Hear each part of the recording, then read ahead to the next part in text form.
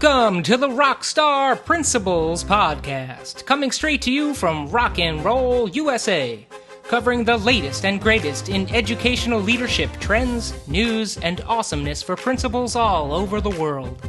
Now, here are your hosts, the boss, John Ross, and the Doctor of Proctors, Nick Indeglio.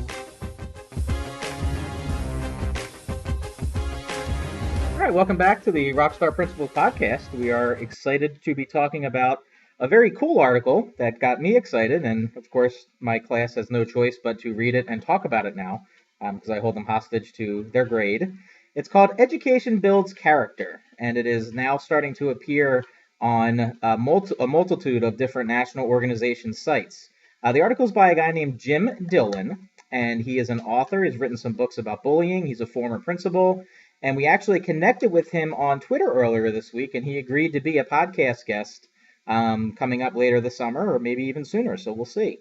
The thrust of the article discusses what the purpose of education should be and what education has become. And in a quick summary, he talks about how we are teaching kids skills, we're training kids instead of educating kids. And it goes on, and I don't want to give too much of the article away. One, because I want you to read it, and two, because we're about to talk about it among the class discussion here. The factory model, obviously, is discussed, and that's something that John and I talk a lot about through the podcast, and how we're expected to revolutionize education and teach kids new things these days. However, we're still doing it in the brick-and-mortar system within a bell schedule and everything else, which is just very interesting and seems backwards a lot of times. So why don't we open up the floor now to our amazing class members, and let's just get some opinions and thoughts. Did you agree with the article? Do you disagree with the article? What do you think? What's everyone thinking on this one? Don't everybody jump at once. I'll start because it's something we talked about when I was teaching business, was like adding things in to our public speaking course. We added in teaching etiquette skills and interviewing techniques and things that were more tangible rather than teaching kids how to do well in a standardized multiple choice test. And I think that the character portion can be hit, at the high school level, can be hit in a lot of different curriculum areas. It's just looked at that way. So that's, in a sense, it's not a difficult thing to do. Yeah. No, because kids are going to like, I'm a social studies teacher, kids are going to forget a lot of maybe the trivia, some of the details of what I'm teaching about, African history. It's just human nature, you're going to forget things, but it's the things that they can use is what you need to focus on. That's the most important thing. I think a lot of teachers do say that, you grade kids based on their ability to, recite facts and recall and things like that. That's what gets kids E's, and really should be other things. Come up with other things that you can use. Putting your rubric into your grade book for professionalism, for how you handle yourself inside the classroom. I'm saying that teams to do things like we do in our class, to work together, work in teams. I think that's mostly what we're going to be doing in a lot of these companies, these team building formats. We're trying to mirror what life is going to be like for them outside of school a little bit more. Yeah, I agree with that. When I was a history teacher, I love history. I love the content, but I always thought that, what do I remember from 8th grade history? And I don't remember any of the content of it. It's the skills that you learn, the working in teams or researching or creating something. And I always felt in my classroom that content was a vehicle just to teach those skills. Because when these kids are adults, yeah, they might remember the content, they might not, but they have to have those skills. And this is how we build them. So I agree. I think the Bell's article too, to figure out that they talk about the structure of the school sets the tone. So if we're doing things that the kids are not finding that there's a purpose to, or that it's a skill, it's the drill, it's that typical factory model, and they're not getting anything out of it, and that environment is just continuing amongst the teachers and spreading amongst the students, and you're losing that energy that you could possibly have. Well, we don't test those higher level skills, and we don't evaluate teachers based on how students tested on those higher level skills. So you have to make a real conscious choice to reward those things. Because they take time to model and teach and reward and show. They don't happen by accident.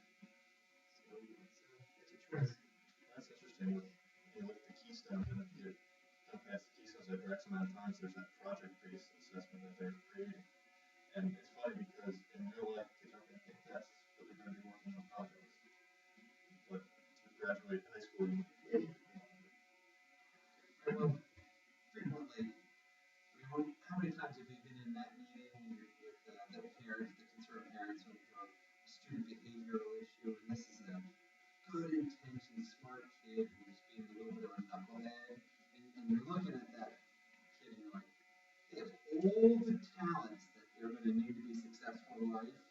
They just don't possess any of the talents they need to be successful at fourth grade, which is take your seat, answer questions, don't talk to your neighbor, don't do things differently.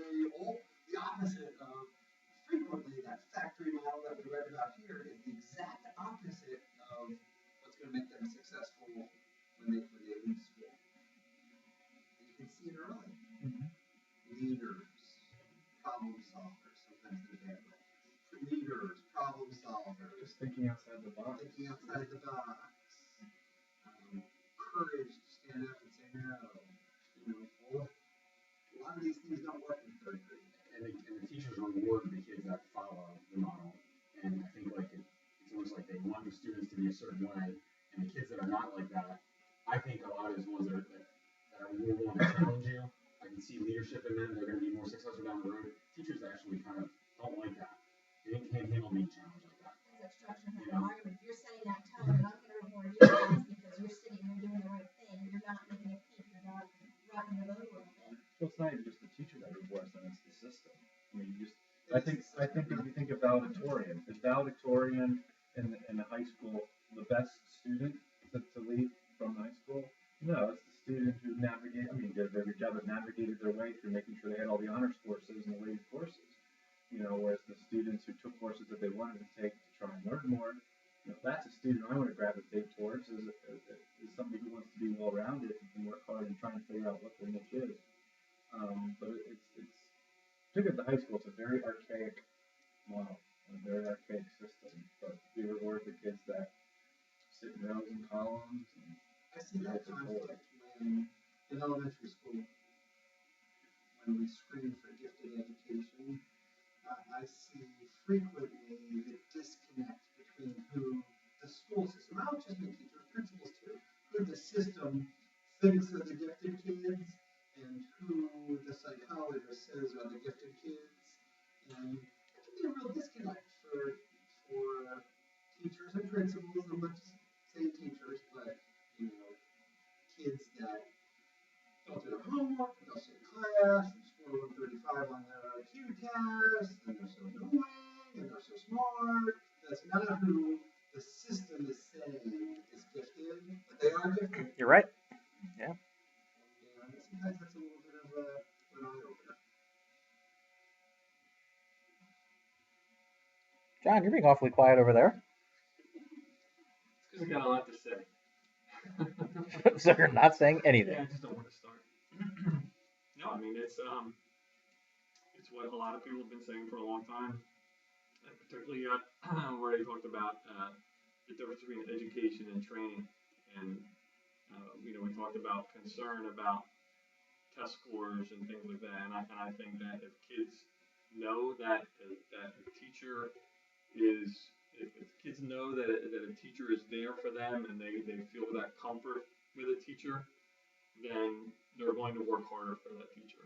And so I think there is a certain ability to provide kids with this kind of model, even though it kind of goes against the whole testing and Common Core model, because you're developing that rapport and relationship that's so important for kids to connect with you. It's that old saying, kids don't care how much they know until they know how much you care. And that's what's going to make the difference, I think, with a majority of kids that maybe traditionally weren't doing so well. And that's what teacher is a good role model, and they set examples for the students, and they really teach them character building. And it's a way to, if the teacher respects the student, then the student's respecting what the teacher's teaching, and not necessarily the curriculum or the content, but the student ends up learning things and building character just through that, which we were saying is important. And of course, with the curriculum I mean, a lot of times we just sort of drive on that, getting the curriculum done, getting curriculum done. But what is important, you do want to build that character and that relationship with your students, as you were saying, wants to learn. I think it's beyond the classroom too, but it's really about culture.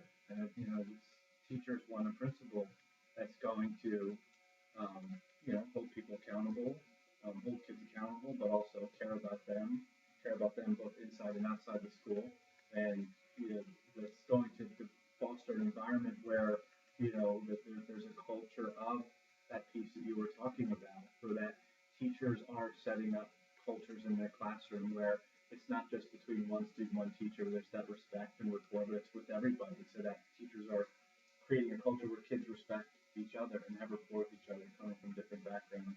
And where the principal's doing that with the teachers as well, whether it's professional development or just, having a get together. Just that piece where there's that relationship like John talked about. It's so important to have that kind of community, that school community. When you set up a culture like that, kids and teachers buy in. I think it goes back to what we always say, it comes back in every class. And that's why it's so important to decide on who you're going to hire in your building, because you can see if you're going to hire someone that is going to make an impact and develop relationships and connections with kids, they're going to have, greater success in the classroom than someone, who's not. So, like you said in the article too, you're not going to have these kids learn how to listen. So when you that 10th grade curriculum, that's what moved me. It's going to be that teacher that you hired that moved the kid in that community, that they felt respected and they wanted to learn, they wanted to do well, and they felt validated. Yeah, I mean, when you bump into kids, 5, 10, 15 years from now, they don't remember necessarily what you taught, but they remember that you were their teacher or you were their principal. And that there's young beginning teachers don't see the power in that, and don't see how rewarding that is until later on, because that's one of the coolest feelings in the world. Like you're down the Outer Banks somewhere, and all of a sudden somebody comes up to you, and in your mind, that this person knows you, and you're sitting there thinking, oh my goodness, who is this? And it starts to click. But just that, hey, you are my favorite teacher, or thanks so much. You can't put a price tag on that. You can't put anything on that. And to me, that's the best part about education. And I'm a big believer in relationship building. When I look to hire people, I know you're gonna know your content. I just want to know if you really care about kids. Like, are you gonna put kids first and content second? And I think those are the opportunities that we need to build. Like, that's the type of PD we should be doing with our teachers and our kids. More relationship building and less on Common Core and PA core standards, and you're 20% of this kid and the other teacher's 80% of that kid. So sometimes it just gets lost when you're a little pressure and then wake up call to remember what you should do. When you really care about a kid, you care about your class, you don't worry about the percents of what's going on in their academic. Or if you were rated distinguished or proficient. You guys are always distinguished. Ours is exemplary. Yeah. It's funny, talking about how we run into our former students, and think about that. I actually got an email from my 4th grade teacher last week. She's 84 years old now, and she randomly came across something that had our name in it, and ran into a Downingtown principal. She's in a retirement home nearby, and got my email and emailed me. And I was thinking to myself, this is my favorite teacher of all time. Like, when I interview people, this is the person I model. Like, this is what I want. And here she is remembering me all these years later too. It's like, man, how cool is that? It's not just us. It's not just the impact that the teacher has on the student, but the student actually can have an impact on the teacher too later in life, when you see the things they're doing or they've done. And that ties this whole thing. The whole notion of servant leadership, I think, ties that together, which is pretty cool.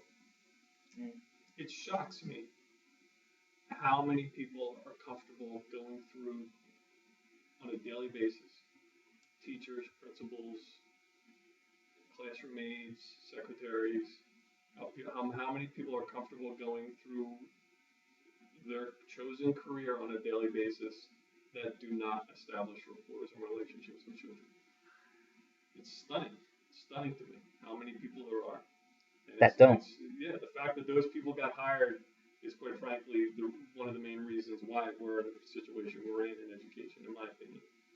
Because if you're not in it to do just that, that's what you should be in it for. That's what everybody says they're in it for. To, have these rapports and relationships with kids and make a difference with kids. But you see on a daily basis how many people just have no interest whatsoever. Or go out of their way. Or go out I of wasn't their even way. going to go there. I wasn't even going to go there. And those teachers have the worst classroom management. And it's not just teachers. I know we're not saying that, but I want to say it again. It's not just teachers. Right. I've seen principals, assistant principals, secretaries, classroom aides, cafeteria workers that just go every day. Every day they're just coming in, putting in their time, and leaving at the end of the day, and they just do not do anything to establish a rapport relationship with kids. All right, well, on that happy note, we're going to wrap up this session. We'll revisit later, and this is going to come up again because we're going to actually have the author on, and he seems like a really cool guy just from our little bit of Twitter interaction, so we'll encourage him to listen to our discussion and maybe get him to contribute to the conversation as well. All right. John, take us home. Thanks, everybody. Have a good night. And now a word from our fake sponsors.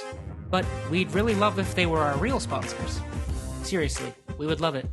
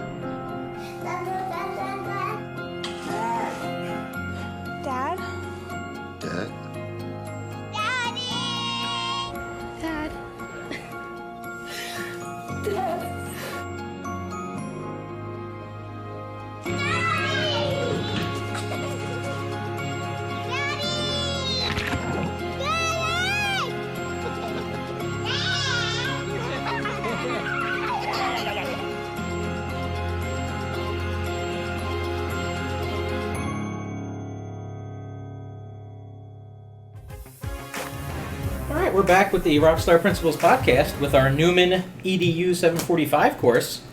Some awesome educators from the Neumann Cohort who you heard a couple episodes ago. And today we're going to be talking about an article called Why Principals Should Be Wary of Homework. It's from a magazine called District Administration Magazine, and it offers an opinion which wants to put more control back into the parents' hands as to what the home life should dictate, and have the principal be more responsible for his teachers in terms of time-bound assignments, which gives kids who work slow a better opportunity with homework, and penalty reductions, so not having homework count for quite as much. It's a good article. You can pick it up online. Just Google "Principals Wary of Homework." Should give you the taste right there. And there's a lot of opinions on homework, and this is a good group to discuss it because we have both principals and teachers who might bring some different lenses to the table. So why don't we open up the floor, and whoever wants to jump in and talk about something from the article that might have caught their interest in a positive way or a negative way, and we'll roll from there. I like the point in the article. I'm misquoting it because I forget kind of what the exact context of what I'm saying is, but it talked about how in school the expectation is that students work for a period of time, and at home students get a certain amount of work done, and how that contradicts each other, and then of course that makes you self-reflect. We should be requiring in school a certain amount of work to get done, and not students to work for a certain period of time. That our outcomes should be product or accomplishment or skills met or skills mastered, and not just a certain amount of time. So I thought that was really interesting. There's a lot of interesting contradictions with homework presented in this article, and just homework in general. I think, as the article points out, things we can't control because we're not in front of it, we associate a lot of consequences and penalties to it, i.e., heavy homework grading percentages and things like that. Yet, we want students to do homework, yet the first thing we'll do to reward class is to offer a homework pass. If you do X, we're bringing 5 boxes of tissues, you get a homework pass. So we want students to do homework, we punish them if we don't do it, but we're going to reward them by giving them a way not to do it. So I think there's a lot of contradictory messages with homework policies. These punishments really don't motivate the students at all. They don't really see it, just say at the elementary level they would lose recess or whatever. That's not going to motivate them to go home and do their homework. And if they're struggling, it's really not going to help either. It'll just become more of a frustrating factor, and parents will pick up on that frustration, then they'll start getting frustrated, and instead of being able to accomplish something, it actually works negatively and in a reverse mode. I agree with Rob. I mean, homework is turned more into assessing a responsibility versus assessing a skill. And, now we're looking at, kids who can ace a test, but they don't get a high grade in class because they didn't do their homework, or vice versa, a kid who did all their homework, but when they take the test, they did really poorly. And, do those two grades are very close to each other. Do those two grades really truly reflect what the child knows from a skill perspective? I liked just the comment section in the article, someone referencing Alfie Kohn's research. I could listen to Alfie Kohn all day talk about homework. The Homework Myth, that's his book. Yep, or even Thomas Guskey's research on homework and that the continuum of skill over time versus a responsibility. You're almost assessing a student's home situation. Yeah. Mm-hmm. My own personal children are good students, but they wouldn't do homework without the structure that I present at home. They're not high school kids doing it on their own, they're elementary school kids. So some kids have that and some kids don't. And the kids that don't have that come to school with incomplete or no homework. Well, you look at how lifestyles have changed over years. I remember being a little kid, and the first thing I had to do when I got home was I was at the table and doing my homework, and my dad was laid off from Bethlehem Steel, so he was there helping me with my homework. You look at today's, the economy's dipped, but for the most part, you have 2 working parents who are, working until almost 5 o'clock at night. Kids aren't going to independently work on that, they might try, but they still need that scaffolding and support. When that's not there, you get to 6, 7 o'clock at night. That's too late for kids. It's more than that, even Josh, because kids at my school are so involved in sports. Some of them play 3 sports, some of them run plays. They're not getting home until 7 or 8 o'clock at night. And these teachers that give out assignments that are due the next day, I think, are out of touch with that. And I've seen teachers that I work with that are doing that seem to be having problems with kids. They get pushback, and a lot of times the kids view homework as busy work. Yeah, and then there's no value to it. You absolutely have to. It's the quality of what they're being told to do. Unless I'm teaching an AP class, I really, generally speaking, avoid it unless I really think it's necessary, and it's got to be meaningful. That's the key thing. I think you don't want to increase the quality either, because then you're at risk. You can't assess them on something you know that they got help on. It's not a true portrait of that kid.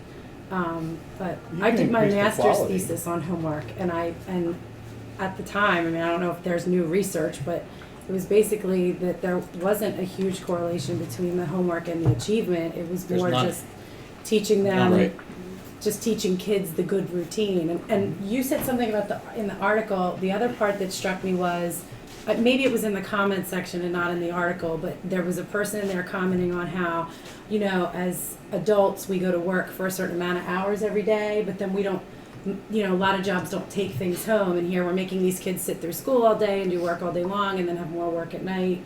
And I agree, from a parent perspective, I even struggle with it, and I get home earlier than a lot of the working world, and when the kids have things every night of the week and you're not getting home till 8 or 9 o'clock, even with a 7-year-old, and then you're sitting at the table doing a math worksheet, it's like, is this really that important? Plus, I have a hard time with homework in my own classroom too, because parents really want homework. They really want it. Yeah. They really want it, and you'll get in trouble if you don't give it. Yeah, they really want it. You're not a good teacher if you don't give enough homework, and So you find yourself being like, we finished everything that we needed to finish today. What am I going to give for homework tonight? Just to please the people that want the homework. And really, it is busy work sometimes. It's just practice of what you were practicing all day. So. And excessive practice, Mhm. especially in math. We have one concept and we have to answer 25 questions on that one concept. No after 5 if we've got the concept. Yeah, there's a big difference between what's the point of giving 1 to 35 the odd, honestly, instead give the one word problem, and you're going to get more bang out of your buck by giving that one problem than you are 1 to 35 the odd. So are there kids that benefit from that, especially in math, you think? Are there, in other words, if you were given 1 to 35 odd, if you want to do homework tonight, here's what it is. Mm-hmm. Like, as crazy as that sounds, are there kids that would benefit? I know there are kids that would still do it, but I think are there benefit, kids in math that would benefit from that? I think the benefit comes in if you're giving them feedback on it, and you're not giving a grade, but you're giving them feedback on it. Mm-hmm. Now, Josh, to specify for listeners, Josh is currently working in a math supervisory role in a different district. So, But if you think about it, if you could do all those problems in class, do you really need to go home and do 1 through 35 odd? The kids who didn't really get it in class, if you're giving them the homework, then they're going home and they don't know how to do it. Then throw like a really difficult math program on top of it with a bunch of parents that are confused and don't know how to do it this way, and then they're kind of undoing what you were doing during the day. It's almost like creating more. Well, that's because the biggest mistake damage. we make is we give everybody the same homework. And, we talk about differentiated instruction. You really want homework to be effective. I think, in my opinion, and the research is out there, feedback is most importantly, but differentiating your homework as well. Kids struggle with that and parents struggle with that, but that's, it ties perfectly in with that differentiated instruction, differentiated assessment model. There's other things you take into account too, like the 9th grade social studies class that I teach. There's 3 other teachers that teach it, and if we all gave out, like you said, the same assignment to 475 9th graders, there's not going to be 475 9th graders working on that alone. I mean, there's going to be so many pictures of that worksheet taken and emailed and texted to each other that the quality of what you're getting back is questionable. And it's not criticizing the kids. It's just that's just what's going to happen. and then so it becomes even more like the bigger question then becomes, so take that worksheet, because we know with technology that's what is happening now, and I think it takes it back to the argument of, are the worksheets even valuable anymore? The rote memorization of things or the simple recall, everyone's got a phone at their fingertips, we can find that information. What are we really assessing? Like, what's the point? What are you getting out of it? Feedback or no feedback, nothing helps that assignment. I mean, you can't win with that type of thing. How much of it is because I think one of the interesting points that came up so far in the discussion is the parent pressure for homework. How much of it plays into that for you guys, the teachers who are still in the classrooms? I don't listen That's to an it at expectation. I mean, well, And different levels, right? yes. Mm-hmm. Yeah. The expectation from the parents is that they have homework and that they're supposed to be spending so much time on homework, depending on grade or age or whatever. And I think it's really for the academic. They think it's going to make a difference academically. The more homework they get, the better they're going to be. They're going to get those A's or whatever, and that's not necessarily the case, but parents sort of see it that way. They want them to work really hard, Yeah. learn to work really hard. I have a coworker that typically doesn't give a lot of homework, and I know that it's out there that he doesn't, and I know that definitely has affected how certain parents perceive him. They think that he doesn't take it as seriously, or, I mean. Well, you tend to teach how you learn too. So most parents, their experience of going to school was coming home and doing a lot of homework. So to them, they're translating that experience of them as a learner onto what they expect their kids to do too. It's the good old days argument. Yeah. Good old days, every kid did their homework. And as you said before, your situation with your father, and you had that opportunity. Kids nowadays don't have that. But And even then, it wasn't necessarily good, but you got something out of it, whether it was behavioral or however that played out. What I would like to see the guy who doesn't give as much homework. I'd like to see what his PSSA scores look like compared to everyone else. Because if he's a solid instructor and the kids are learning and the scores are the same or comparable, over a variety of cohorts, then you have proof You know, that's something you communicate to parents at some level and say, you're wrong. It's not like that. But well, the math program has been a very good way to see that from the beginning of the year on. You know, the achievement scores of the math tests in that room were no different than everybody else's. They just weren't. But there wasn't as much of a headache. At the beginning of the year, we were sort of told that you're not really supposed to be giving math homework with this math program at the elementary level. And then it sort of shifted throughout the year. And he sort of maintained that because it's just so much less of a headache. Sure. And his kids are coming out right where everybody else's are. There's not a difference.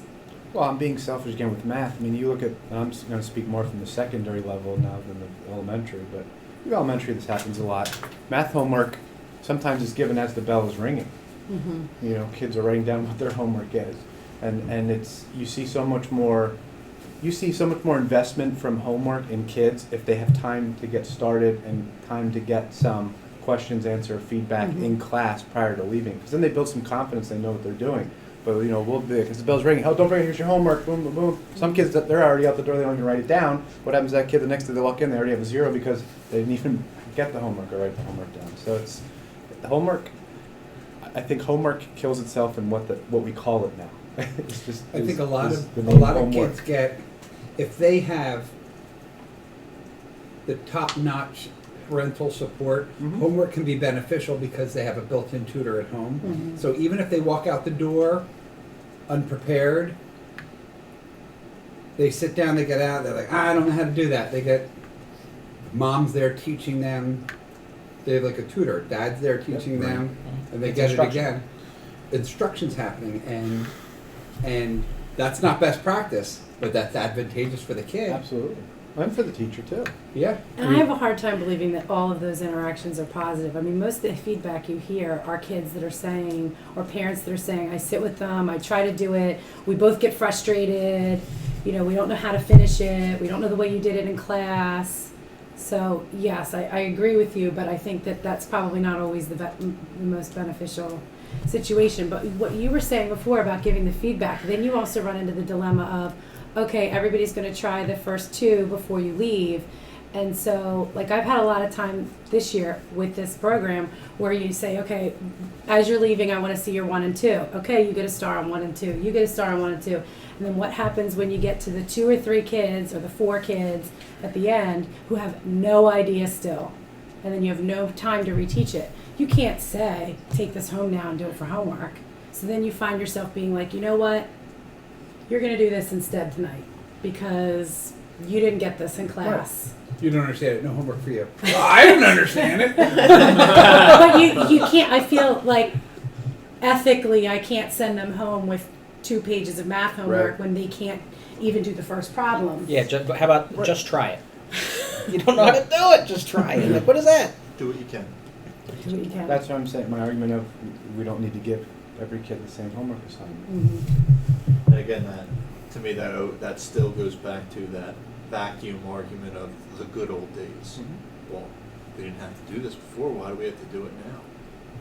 If you want to stop complaining about what this kid isn't doing and is doing, let's change our approach. It's the expression I always like, the chicken feed education analogy. That, you know, we want to avoid standing there throwing out chicken feed on the ground, and if the chickens pick it up, great. If they don't pick it up, that's their fault, not mine. And I think in education, that's been a tenet for a long time.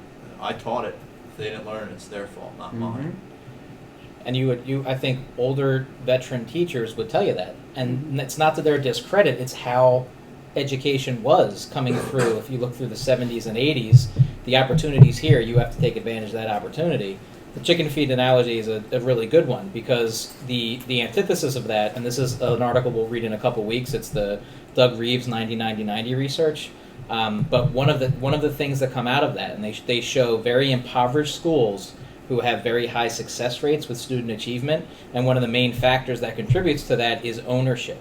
The staff, the principals, the custodians, the cafeteria workers, they own the student success or failure, either way. So if the students succeed, they feel an ownership to that. If the student fails, It's not blaming the parents. It's not blaming their situation. It's owning that too. Taking on more than you're responsible for, and it ties into a lot of the conversation of what's happening at home. And you can argue it either way, I guess, but yeah, interesting.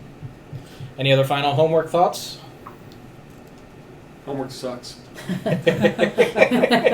On that, John, why don't you end the I'll segment tell you, for us? I've been hesitant to say it the whole time, but I've got one in high school and one in middle school and one in elementary school, and if I look at their homework and I don't see the value in it, and I know I'm coming from a different lens, being an educator, but I think we mentioned it earlier about how parents feel they need to have homework, and about how we may not feel we need to give homework, and how great it would be if we could have that conversation with them and get them off of that. Because if I see what my kids are doing and I don't see the value of it, I tell them to bag it. And how great of a night is it when you come home and they say, we don't have any homework? It's like...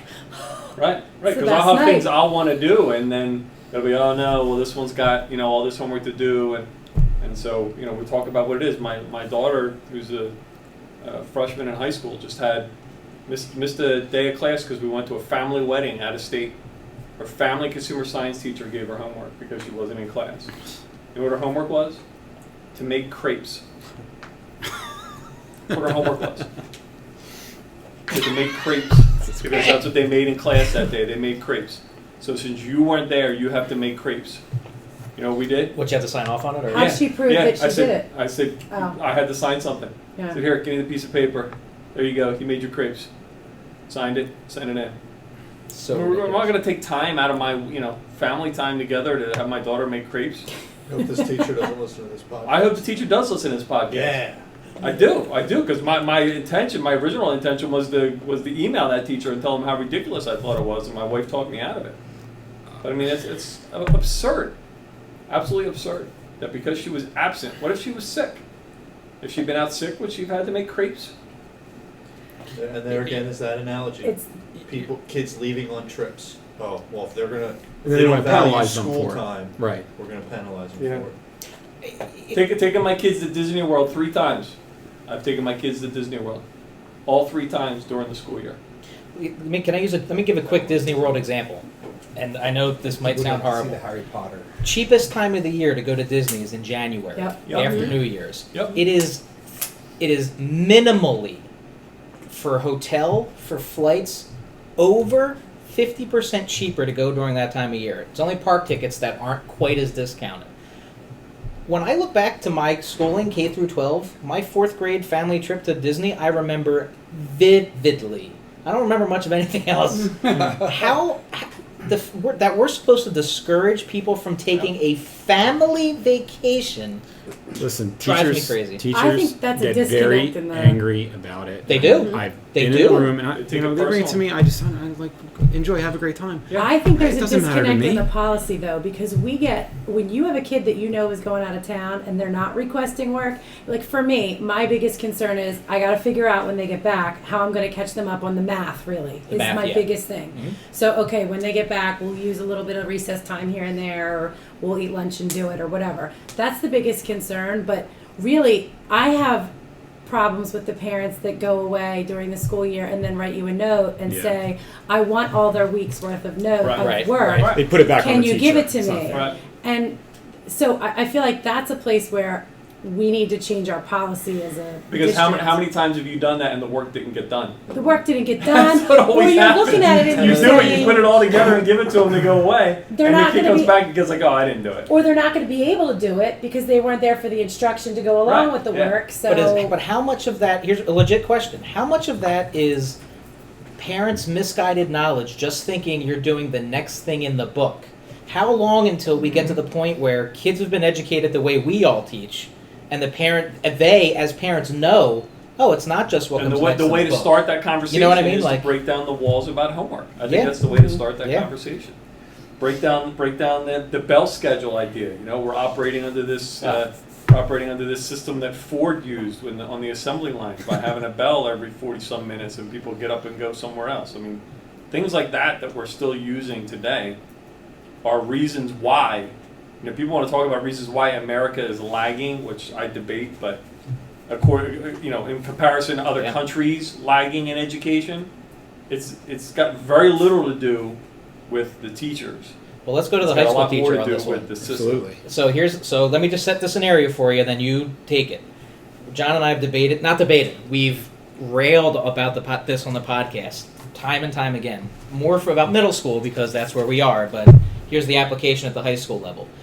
Every teacher in your building is certified, mature for the most part, is an adult by definition, and your kids are of age to where the majority of them can tell time. Explain the need for a bell schedule. Not a schedule, I'm sorry, bells. Just bells. Why do you need bells ringing? I don't even know how to answer that. We've talked about this on the podcast before, and it's a good example. We had an honest to God situation where our bells went down. Okay, I was in the 6th grade hallway. You would have thought a natural disaster occurred. At least 8 teachers ran out of their rooms, frantically, like pulling their hair. Oh my God, the bells aren't ringing! What are we gonna do?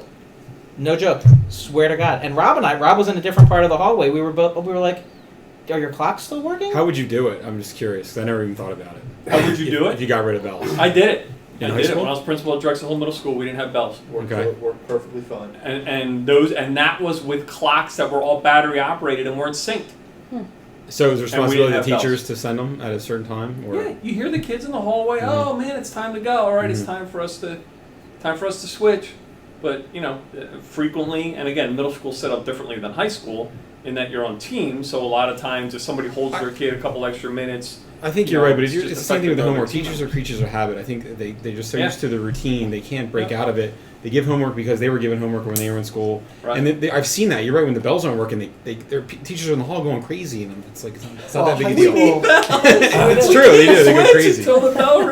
John referenced the Saturday Night Live skit where the teleprompter goes down and they're doing the morning You show. see that It's one? Will Ferrell and they're like Sherry a morning O'Terry. show host, and they're reading from the teleprompter, and the teleprompter Anarchy. goes down, and they're like, they don't know what to do, and eventually, like, the apocalypse breaks out because they don't know what to do without their teleprompter. It's amazing. And the other advantage, like in middle school, what's also would be really cool, like let's say your team has 3 academic periods in a row, okay? Without bells and like a schedule that you have to follow, if you were doing a really cool science project, hey man, you guys could roll for 2 or 3 periods and everyone, but wait a minute. I have to work with other people. I have to make this. God, we're getting way off topic now. This is what we all the time on the podcast. Spiraled out of control. John, take it home. Take it home. We're done. We'll be right back. That's great. Nice. Thanks for helping RSP top the charts in the Edu podcast world. Keep it real with Twisted Steel and School Appeal.